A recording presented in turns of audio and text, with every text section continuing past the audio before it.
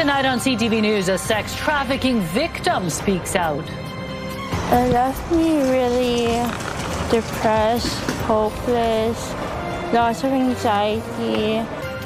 The abuse she suffered at the hands of Jennifer Stevens, what sentence Stevens could face for trafficking victims as young as 13. With the World Cup, there has definitely been a lot more demand in Vancouver. Scoring during the World Cup, as some Metro Vancouver residents are renting out more than their homes to tourists. Women assume no news is good news, which is wrong because their mammogram hasn't even been read yet. Concerns about screening for breast cancer and why it could take longer for women to get their results. This is CTV News with Mi Jung Lee. Good evening. Thanks for joining us. The level of cynicism about the benefits to taxpayers for hosting the World Cup is high, according to the latest poll. It suggests the majority of people in Metro Vancouver are not confident it will be worth the hundreds of millions of dollars being spent. CTV's Rob Buffum has the story. 4 days away from hosting the world's biggest sporting event, there appears to be some cold feet. It's just a lot of resources and money when there's so many other issues that the city's currently dealing with. In a poll out today from Angus Reid Institute, 7 out of 10 surveyed in Metro Vancouver and Greater Toronto say they don't think the cost of hosting the World Cup in their community is worth it, in light of soaring costs and disruptions, including street closures and summer festival cancellations. We're finding a lot of, I think, frustrations with the cost being borne by the public for the World Cup. The latest cost for Vancouver hosting 7 games is pegged up to $729 million. Even with a more modest estimate, a majority of those surveyed in Metro Vancouver say it's a poor investment, while only 1 in 5 thinks it's money well spent. There's a bit of a frustration around, I think, this cone of secrecy that has been around these agreements between Vancouver and FIFA and Toronto and FIFA. The NDP emphasizes the projected 5 billion viewers taking in the city's scenery, predicting $1 billion in GDP through tourism over the next 5 years. This is an investment not only just for the 7 games, and I know that momentum is growing. This government is going to try to cling to that every tourist coming to Vancouver over the next 5 years is strictly coming because they saw their country play a soccer game once. The opposition BC Conservatives point to a lack of transparency, escalating costs, and a record deficit, and say government officials stand to benefit most from the beautiful game coming to town. We have the government making sure they have an over-the-top suite where they will be enjoying caviar with delegations from around the world, and people will be standing in food bank lines in Surrey and in East Vancouver. The government says it has a strict policy, a maximum of 2 government officials, along with a chair or CEO of a relevant Crown Corp at each game. We are not going to be watching the games for fun, and we will be there. We will be working the crowds and talking to investors who are there for the games. Investors, the NDP, are banking on returning long after the final World Cup whistle. And Rob joins us live from Victoria. Rob, we understand the Premier's office reached out this afternoon about the government tickets. Well, that's right, Mi Jung. They contacted me and said, listen, what's good for the goose is good for the gander. Peter Millibar himself tweeted back during the Rugby Sevens that he was a guest of Rugby Canada at a box suite there. I spoke to Peter Millibar after that, and he did confirm that he was indeed a guest of Rugby Canada, but added with a chuckle he was sure that Rugby Canada would be delighted if the government wanted to give them $100 million for every day they hosted the event. It's worth noting, on a positive note, Sports Illustrated magazine recognized Vancouver as the #1 host city out of all 16 in North America. The kind of exposure the government's hoping will flow from this event. Mi Jung. Rob Buffum reporting live tonight from Victoria. And while there are those concerns over taxpayers being stuck with a big bill, a few enterprising locals plan to cash in themselves. As CTV's Ben Milger reports, many out-of-town visitors will be renting houses or condos, and in some cases, even people's personal vehicles. A huge selling feature in the summer here is the pool that we have in the backyard. Set amongst towering trees on the North Shore, the pool and spacious backyard are included for guests who rent this whole home. Crystal Higgins and her family have been regular short-term rental hosts for a week or two per year and decided to see what would happen if they listed their house during the World Cup. We got really lucky. We had a group reach out to us last fall and requested to rent our home for 3 weeks, middle of June through early July. Some other entrepreneurs plan to stay home, but have their own money-making ideas. Most of the time we get people to come here, but we can deliver. It's just like a little bit of a surcharge. To help offset the costs of vehicle ownership, last fall, 19-year-old Santi Morales began renting his car on a service called Turo. Tourists who are coming in to visit their families, and also local people who are looking on going on longer road trips and stuff like that. The business proved so successful, he teamed up with family members to purchase a second vehicle to list on the app. With the World Cup, there has definitely been a lot more demand in Vancouver. For us personally, we have 3 trips over that time period alone, making us over $2,000. That tidy profit might be enough to get him close to the action on the field. We're potentially looking into buying some tickets for me and my dad because we're both big soccer fans. Back in North Van, I have a 9-year-old and a 4-year-old. Higgins struggled with the decision to rent out her home, knowing her family could miss out on a once-in-a-lifetime sporting event if they left town. Then she realized the rental fee could cover all expenses for her family of 4 to spend 3 weeks in Spain and Italy. So we thought, hey, we really value travel. Let's go to Europe. The best part, they'll be back in time for the final playoff game at BC Place, so we'll still have a chance to soak in the atmosphere in the city. Ben Milger, CTV News, Vancouver. Merchandise became a must-have during the 2010 Olympics, and now FIFA has opened pop-up stores in downtown Vancouver that are selling all things World Cup. CTV's Shannon Patterson went to check out what's on offer and discovered the prices weren't easy to find. Just days before the World Cup kicks off, the newly opened 5,000-square-foot FIFA pop-up store at Robson and Granville is doing brisk business. Tell me what you got. I got a FIFA shirt. I'm going to the first game on Saturday in Vancouver. Alongside the generic World Cup branded merchandise, there are Vancouver host city specific hats, bags, and t-shirts. There is one thing that's a little bit unusual about the new FIFA store. There are no prices on the tags. If you want to know what an item costs, you have to ask a sales associate. What do you think of the stuff in the store, like price-wise? It was good. It would have been better if they priced it. I couldn't find the price. I had to ask. Some of it's cool, but they don't put the prices on because they don't want you to know how much you're spending so you get in line.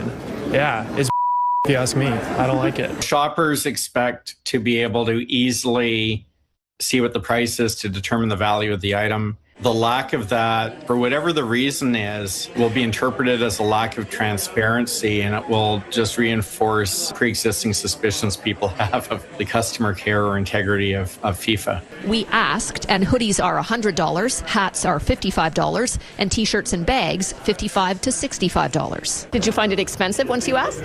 No, the merchandise is great. There's a wide variety to pick from, and it's affordable. You think it's affordable? Yes. What did you buy? I didn't buy anything. Nothing stands out as an immediate must-have item here, like the red mittens from the 2010 Olympics. You're not going to see an iconic item come out of this that everyone has and remembers. Right now, there's hardly any Canada merch in the Granville Street store, but there is an entire wall of Portugal jerseys. FIFA in 2026 is going to be making, I think, a pretty major misfire if it doesn't understand the importance of Canada to Canadians in this moment. The FIFA store inside BC Place has merch from Canada and other teams that are playing World Cup games here, but it's only accessible to ticket holders. How excited are you? Very excited, but very expensive. We are a family of 4, and it costs us a fortune. For fans who can't afford to go to games, a FIFA bucket hat may be their lasting memento from the World Cup. Shannon Patterson, CTV News, Vancouver.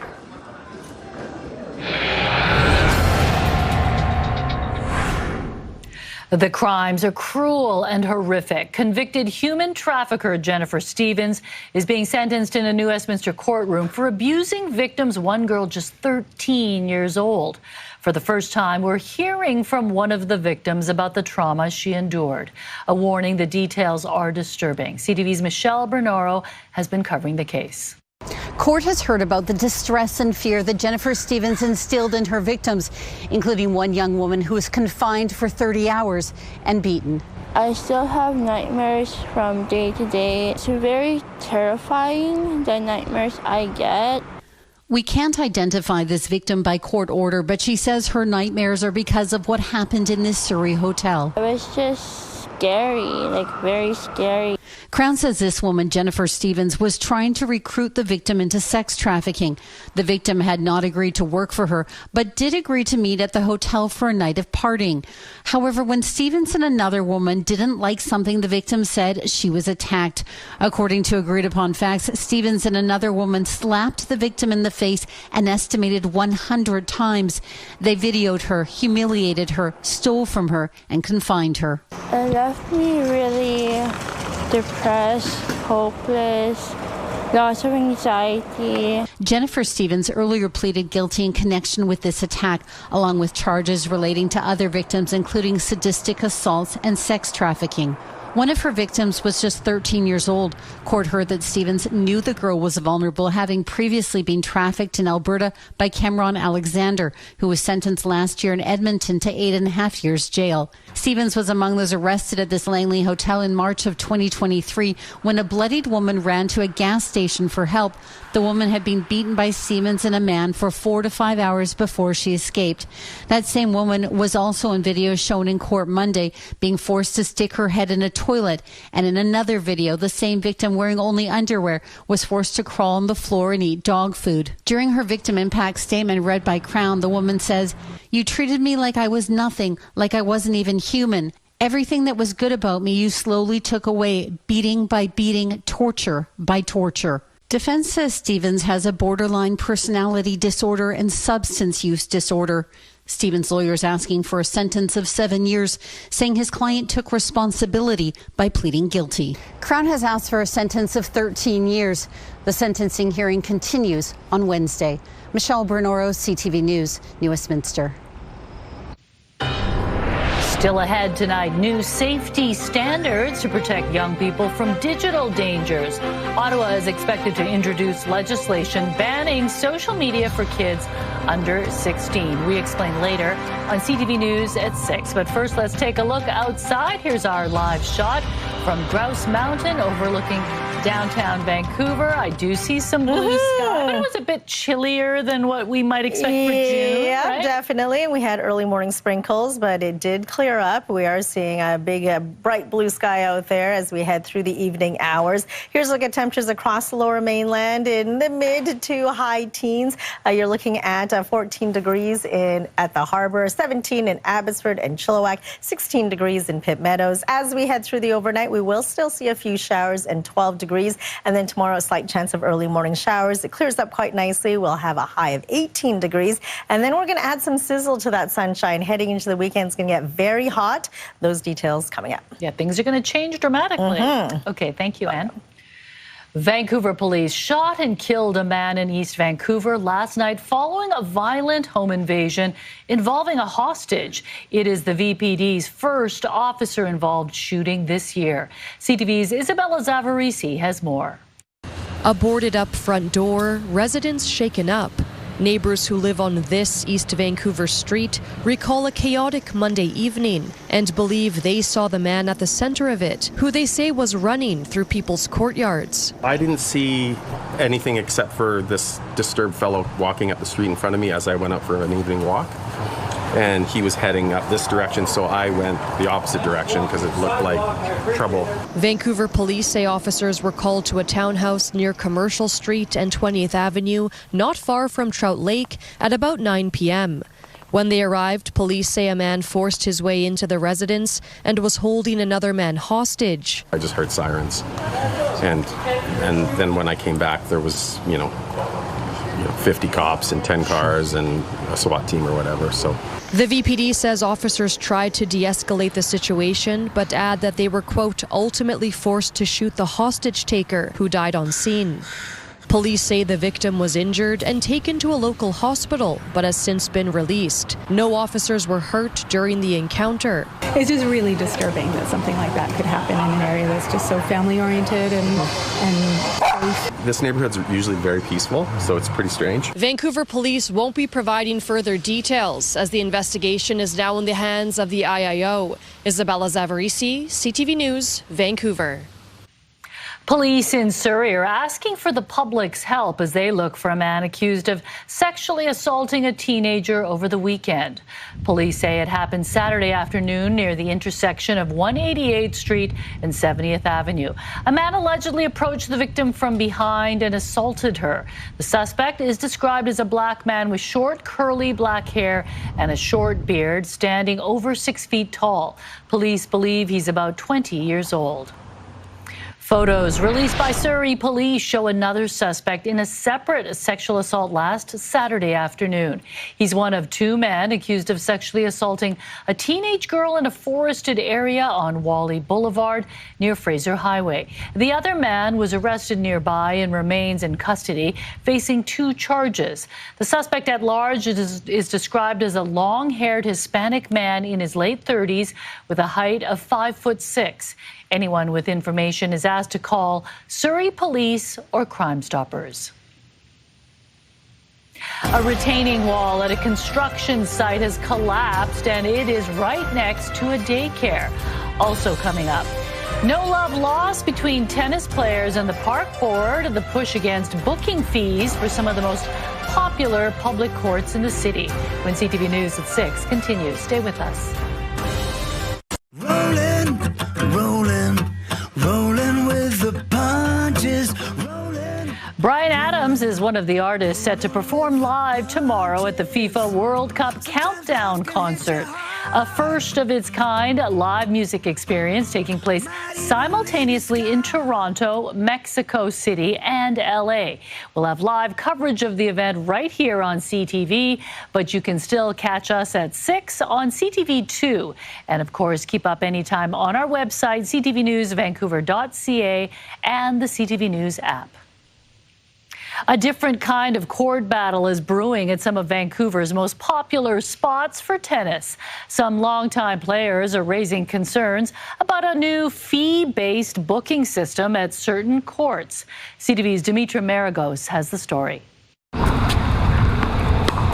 Game, set, not quite. On some courts at Kits Beach, the Vancouver Board of Parks and Recreation and Tennis BC are serving up some changes. My first reaction is that it will destroy the community. It will destroy access for people that don't have the means. A reservation pilot program started here in May for 3 of the courts, charging from $6 to $10 on weekdays to $12 on the weekends to play. I've been coming down here for a long, long time, and there's rarely any problems with waiting for a court or giving up courts. People are very civil about it. But it's not just Kits Beach. The reservation system is also in place at Queen Elizabeth and Stanley Park.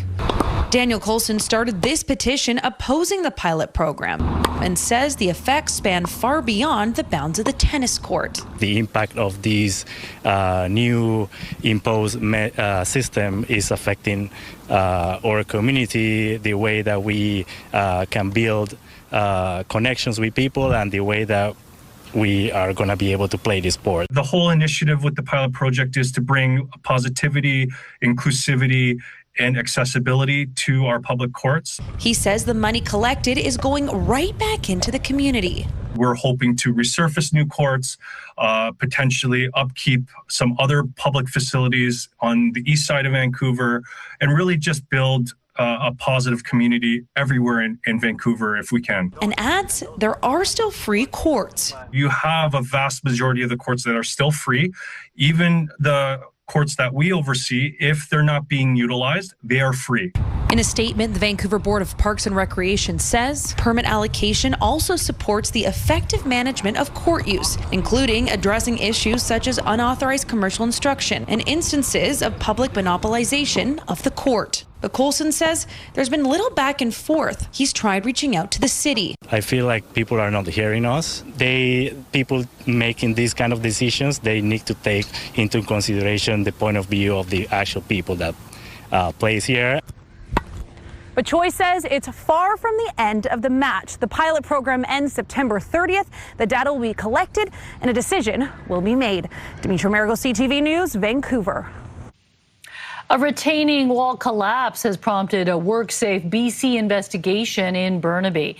It happened near Dawson Street and Beta Avenue yesterday afternoon when a section of a construction site gave way next to a building that houses a daycare and other businesses.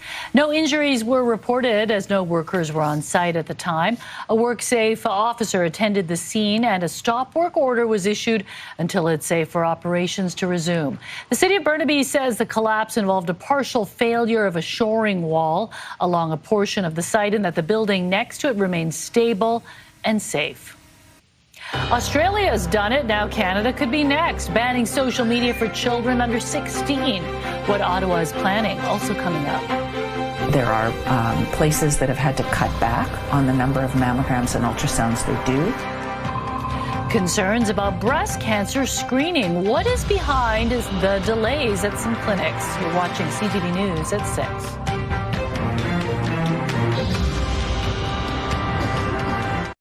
The federal government is looking at banning social media for kids 16 and under. The proposal is expected to be part of the Online Harms Act, set to be tabled tomorrow. As CTV's Tyler Fleming reports, details of the plan are limited, but it could mirror restrictions Australia introduced last year. Evgeny Petrenko has 5 kids who all share one important rule. We don't let them on social media. You just get exposed to absolutely everything. And there's things that kids should not be seeing at that age, and there's things that I don't want my kids to see. Now, Petrenko's perspective could soon be reflected in a law. On Wednesday, the federal government will table its Online Harms Act, which is expected to include a ban on social media for those 16 years old and under. We will take all reasonable measures to make sure kids are safe in this country. Do you feel more confident? I think it's obvious why it's a priority. The government isn't providing details in advance, but the proposed ban could be similar to measures Australia took last December. The bad thing about social media is definitely the addiction. Down under, online platforms like Facebook, Snapchat, Instagram, TikTok, X, and YouTube must prevent kids 16 and under from having accounts, and existing accounts are disabled. Experts say growing evidence of health harms makes the bill necessary. Tools need to be put in the hands of both teenagers as well as their parents and members of the broader community to ensure that kids can be raised in a digitally safe environment and be ready for adulthood without being prematurely exposed to this level of toxicity. But will it be enforceable? Everything's on there. All our sources of inspiration and connection are on there, so it's just not really going to work. Many tech-savvy teens say bypassing the ban will be easy, making education a critical piece of the puzzle. It's definitely up to families to sort it out. They should really just be controlling that kind of screen time, especially from a young age. Youth social media bans are gaining traction around the world. Here, several provinces are exploring restrictions. In Malaysia, new rules for young users started last week, while in Brazil, parents must be linked to accounts. It's great to see what other people are doing around the world, but it's it's infectious. Again, social media is also influential, both good and bad, too. Tyler Fleming, CTV News. A new study has found a link between vaping and lung and heart function in young adults. The University of Alberta study focused on people in their early 20s who have been regularly vaping for roughly 3 years and don't smoke cigarettes or marijuana. It uncovered a direct link to impaired lung function and potential exercise intolerance. Participants went through a traditional lung function test. Some tested normal but did experience greater breathlessness during exercise. Women in BC are facing increased delays getting mammograms, leading to delayed diagnosis and anxiety. The problem has been growing for years, and there's no solution in sight for the most effective tool in catching breast cancer early. CTV's Penny Daflos has more on why radiologists are stepping away from the specialty and why AI won't save the day. It's uncomfortable for some, outright painful for others, but regardless, many women in BC over 40 go forward with a mammogram. The problem is they're waiting longer and longer for results. Women assume no news is good news, which is wrong because their mammogram hasn't even been read yet. That's because trained radiologists earn far more analyzing other images, including x-rays, MRIs, and CT scans, so they're opting to do that work over reading mammograms. It's been like that for many years, and it's getting harder to get radiology residents to do the subspecial training in breast. And you can't blame them. You know, they've got student debt to pay. They want to buy a house. The technologists taking the scans are in a similar situation, calling the staffing shortage a crisis. Techs are feeling burnout all over the place. They're being forced to do more with little. And, you know, at the end of the day, what suffers is the patient care. In a statement, the Ministry of Health says since 2023, more people in BC are benefiting from expanded screening, increased access to tests for cancer, and improved treatments, and that health authorities are working to collaborate on strategies to increase system capacity. You may be wondering why artificial intelligence is not being used to ease the workload. Studies conducted in European countries that are already piloting AI say the results are promising, but it's not ready for prime time yet. Well, AI was not a substitute of the breast radiologist. The breast radiologist was still the one who made the final recall decision. So at this point, AI is not taking over. Because this is life or death cancer screening with little room for error and a lot of room for anxiety waiting for results. Even for women who turn out not to have cancer, it's really awful waiting any length of time. And for those who do, earlier detection increases the chances of survival and decreases the cost to the healthcare system. Penny Daflos, CTV News, Vancouver. His name is Houdini, and he escaped from a Fraser Valley farm 2 weeks ago. The family's plea for the return of a baby goat coming up, and the latest in the transformation of the Granville Entertainment District into a World Cup pedestrian zone. That's ahead. Time now for tonight's Skywatch. Science World, now known as the Beautiful Dome, pops out under cloudy skies in Falls Creek. CTV Skywatch is brought to you by Kermac Collision and Autoglass, the name you'll remember when it matters. Kermac cares for kids. A Fraser Valley family is still pleading for their baby goat to be returned home. The animal, named Houdini, has been missing for more than 2 weeks after disappearing from Stonewall Farms and Mission last month.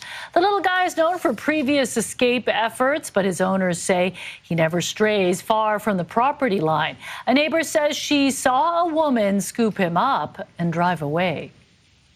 A police officer in the States got caught in a spinning match with a snapping turtle.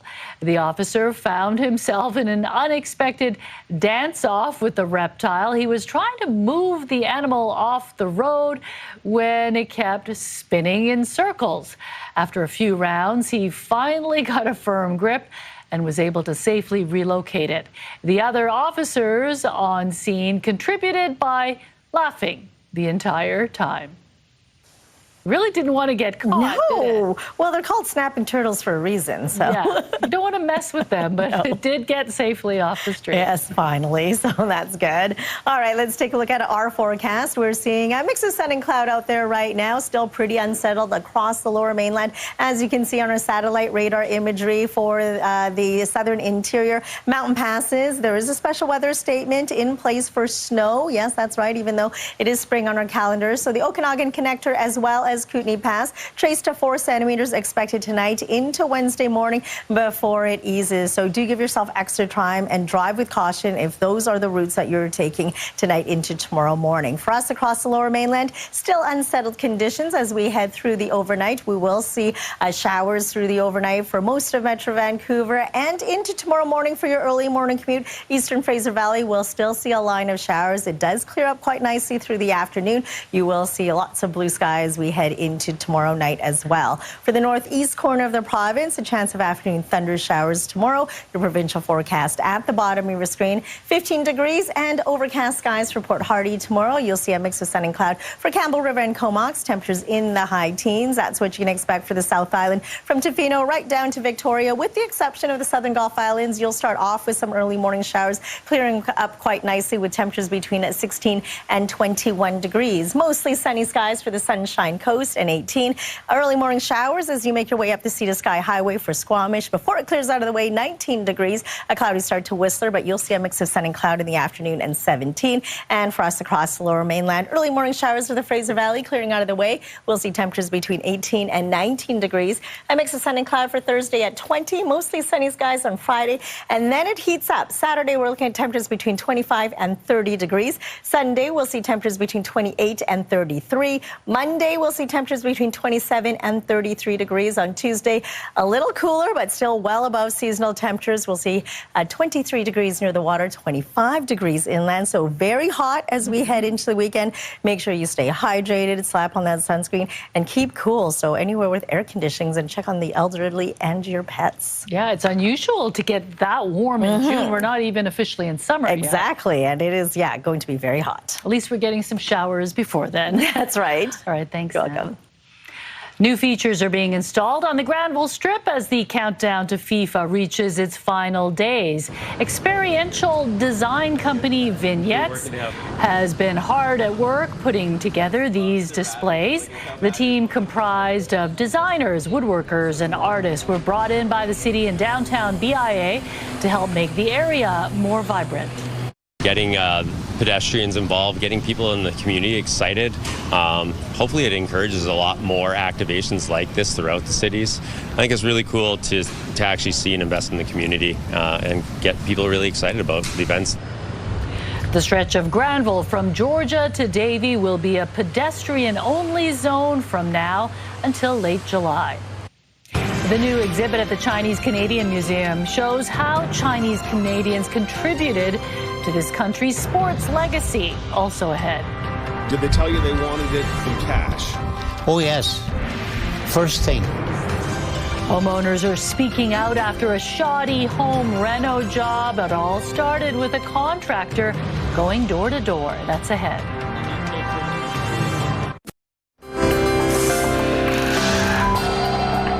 Taking a look at today's markets, the Canadian dollar traded for 71 cents to the American dollar. Oil down $3, closing the day at $88.20 a barrel. Gold lost $77. Quiet day in the stock markets. The TSX down 67, while the Dow Jones was up 86 points. Day one of the Global Energy Show in Calgary had a strong message from Canadian leaders to international delegates. Our country can be a stable supplier in a volatile world. The Federal Natural Resources Minister and Alberta's Premier headlined the conference's opening day at the BMO Centre. They reiterated Canada wants to be an energy superpower, one that is now open for business. But BC's energy minister had some opposition. Our provincial government claims it hasn't been privy to discussions about a new pipeline that would run to the West Coast. I hear people asking me questions about this all the time. But to suggest that 3 weeks before you're going to unveil your project, you have 5 different routes you're considering, that's interesting to me, but it's hardly something for me to comment on. Address some of these questions, then we can respond to it. The 3-day conference and trade show is expecting around 30,000 attendees. A Toronto couple is warning homeowners after a contractor they hired to fix their driveway ended up doing more damage than repairs. The CTV's Pat Foran reports it's part of a growing trend of door-to-door contractors pressuring people to pay cash for shoddy work. Cracking all up in here. Ernie and Ethel Barron say last month there was a knock on their door and a paving company said they were working in the area. They claimed they could do a complete driveway job the next day. Did they tell you they wanted it in cash? Oh, yes.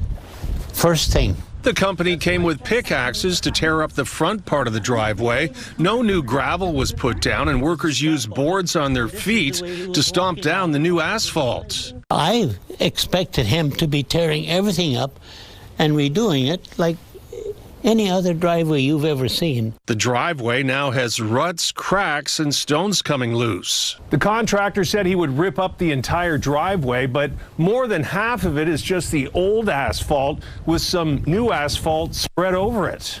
That's created a trip hazard. A heavy gate that was removed was also supposed to be put back in place. The couple paid the contractor $5,000. The company said they would return to fix any problems, but never did. They haven't shown up. They don't answer their phone. The Barons gave the money to Maplestone Paving and Masonry. When we contacted the company, a spokesperson said, "We acknowledge the driveway did not come out as we had hoped for various reasons. I fully intend to return and fix the driveway within the next 1 to 2 weeks."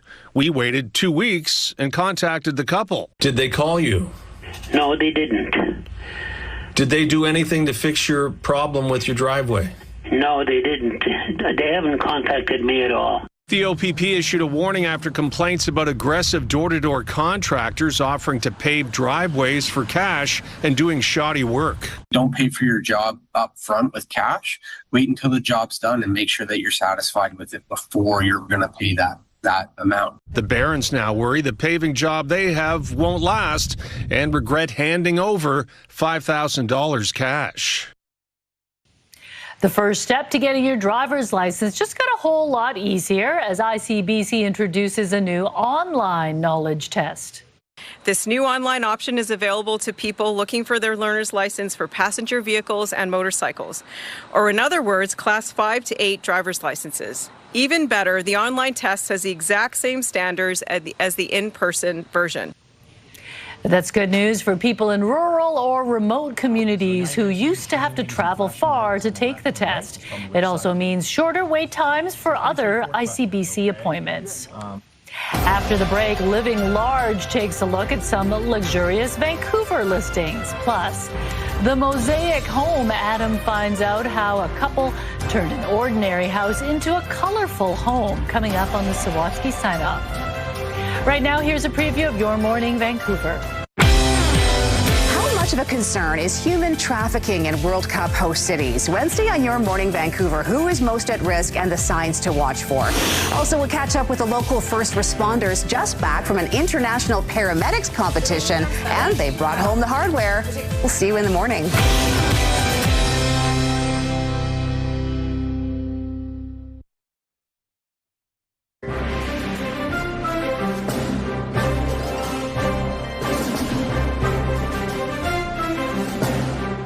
A new exhibit celebrating the impact of Chinese-Canadian athletes opens at Vancouver's Chinese-Canadian Museum tomorrow. Momentum, Power, and Identity in Sports features artwork and stories spanning more than a century of sports history. Chinese Canadians have been a part of sports in Canada since the early 1900s. We've contributed, we've excelled, we've won Olympic medals, we've won Grey Cups. So we really hope that more people will understand how we are really a part of that Canadian sports conversation. The exhibit highlights more than 20 athletes, including Olympic medalists Patrick Chan and Lori Fong, as well as Grey Cup champion Norman Kwong. It'll be on display until September the 5th. The World Cup spirit in Mexico got a boost from its president today. Decreto que salió el día de hoy en el Diario Oficial de la Federación. Claudia Sheinbaum says classes will be suspended and government employees will shift to remote work in Mexico City when it hosts the opening ceremony on Thursday. The decree aims to lessen traffic, and the government is urging private companies to do the same. Fireworks are returning to Vancouver for one night only this summer. You'll be seeing more of this on July 31st when the summer lights fireworks are set to burst over English Bay. Details of the one-night show were confirmed today, 4 months after council approved the mayor's $2 million plan. It comes after the long-running celebration of light was called off by organizers due to a funding shortfall. Well, hopefully in future years, a sponsor can step up. Yeah. And we can go back to the 3 nights. Yeah, exactly. It's a lot of fun. Okay, well, for many of us, times are tough these days. Rents are high. Mortgage payments can be stressful for many. But it's still fun to take a peek behind the curtain and check out some dream homes across the province. That's right. And tonight, we're living large. We're touring some of the most luxurious listings in Vancouver. Vancouver's Point Grey neighborhood is known for its luxurious homes, and this $28 million estate is no exception. This 10,000 square foot home boasts floor-to-ceiling windows designed to maximize the garden and ocean views.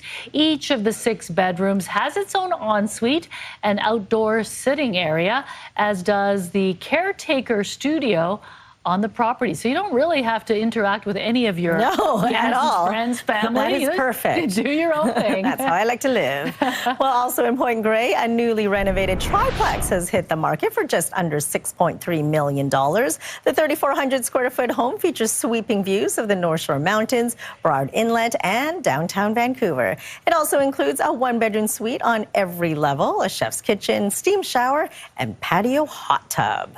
Room to share. It's a triplex. Yes, it is. So that's only 1/3 of the house. Exactly. But once again, you don't have to interact with people, right? Not at all. You got your own floor. Hot tub on the deck, too. Not bad.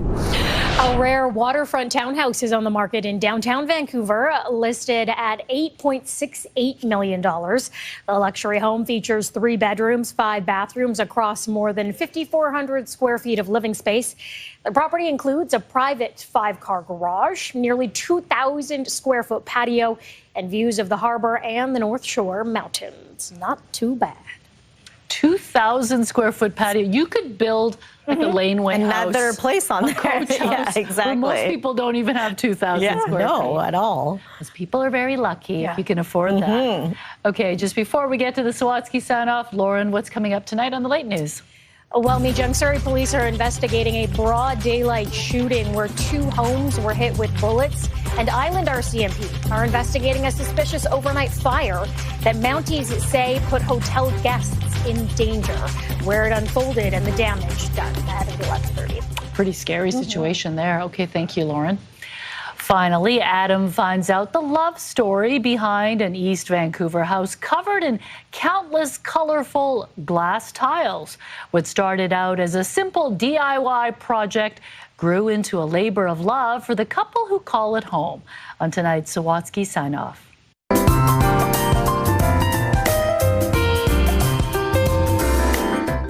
When they first moved here, Maria and Sergei Parsiak were just grateful to have a home. First, I was so happy because I have a place to live. It didn't matter that the old bungalow was covered in cracked stucco. They had each other. We just make decision to be together, yeah? Although, when they first met while working together, Maria and Sergei felt indifferent about each other. Until a long while later, they suddenly didn't. Something just like hit us. Something unexpected, but not unwelcome. I think it's lovely. Like when Sergei suddenly had a dream about their house that felt like a calling. It's like came from somewhere, just like pushed me to do something. It compelled Sergei to cover the stucco with stone. I love it. And express what was in his heart. Then he was so inspired. Inspired to do something much more elaborate with glass tile. And you said? Okay, let's try. So, although he had never done anything artistic before... Nothing.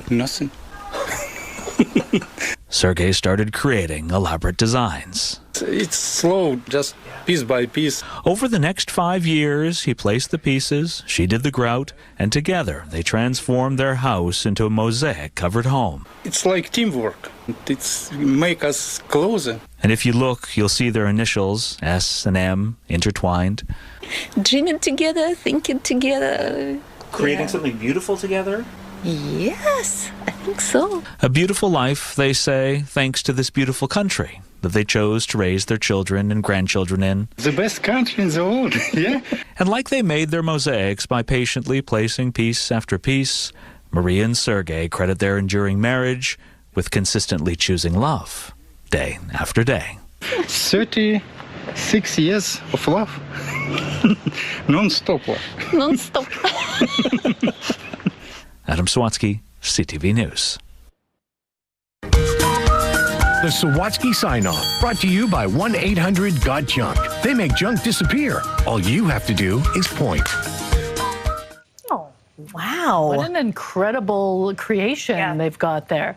He's so creative and talented to be able to do that. They must have had a plan because you have to plan out the whole... Well, he had his vision. It was all mapped out for him. Okay. And it takes a lot of work to put all those little mosaic tiles on. that is crazy. So, well, can you, our director, just a note, if you just click the clicker, we'll see our scenic snapshot for tonight.